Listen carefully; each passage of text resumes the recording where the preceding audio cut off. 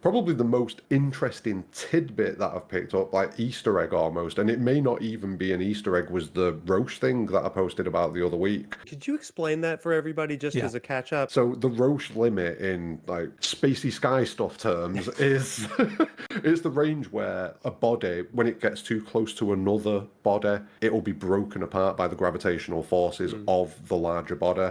And it kind of correlates with Roche. He's pretty weak in general, and he's not really connected to the whole Genova thing fully. But then as the story progresses, he becomes closer to Genova and closer to Genova, and we just see him get torn apart. And by the end of the game, in the final chapter, he's pretty much catatonic in the back of a helicopter, just staring into space. I don't know if it's definitely that, but I think it's really interesting if that is the inspiration for Roche's name, that Roche limit that exists. Really frames this idea of Roche being drawn to Cloud and wanting to compete with Cloud, and yet being broken down by that. And then the injection later on, again, fall apart and break, and then he's almost catatonic. That was such a wildly compelling thing. How did you come up with that? Like, what was the origin story? A commenter So- just came in and said, I don't know if you've heard of the Roche limit, and I'm quite into like physics and space and things like that in general, at a casual level, obviously,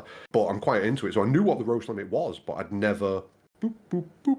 And the commenter just did that for me, and I was like, oh my God, you legend, make a video now. Right. Shout out to the comment section. A lot of times the comment section gives us a lot of bad stuff, and there's negative stories, but this was great. This was awesome. Great. So, and this is something that I really enjoy with the series that I've done, because it has kind of fostered and generated that type of conversation, like we were saying earlier, that conversational style. It's given people more freedom and more willingness to just jump into the comments and say what they think. And plus, some of my takes are a little contentious, and sometimes people want to be like, excuse me, no. And I'm fine with that as well.